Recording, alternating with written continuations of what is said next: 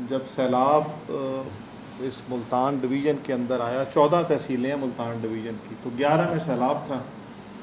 تو جب ایک آدمی کی جورسڈکشن میں مور دین 95% پرابلم ہو تو وہ پھر آفس میں نہیں بیٹھ سکتا.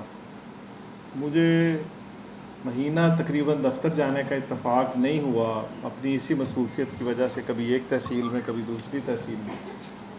تو مہینے کے بعد جب میں آفس آیا تو بے شمار لوگ مجھے اپریشیٹ کرنے آئے، ویریس جو سیکشنز آف سوسائٹی ہیں.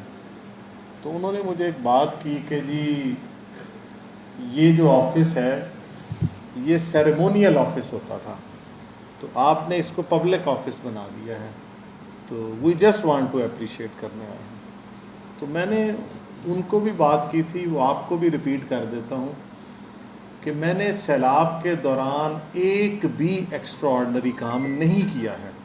صرف میں نے اپنی ڈیوٹی ادا کی ہے جو مجھے لگتا تھا کہ ایک کمشنر کو جب اس کی 11 تحصیلوں میں 14 میں سے پانی ہے تو وہ دفتر کیسے بیٹھ سکتا ہے، وہ کیسے سیریمونیل ہو سکتا ہے. تو یہ باقی کام جن کی بنیاد پہ آپ نے اسکالرشپ شروع کی ہے اس کے بارے میں بھی میری یہی رائے ہے کہ میں نے کوئی ملتان میں ایکسٹرا آرڈنری کام نہیں کیا، میں نے جسٹ اپنی ڈیوٹی ادا کی ہے. مجھے لگتا ہے ایز عامر کریم کہ ایک کمشنر کو ایسے کام کرنا چاہیے، میں کر رہا ہوں.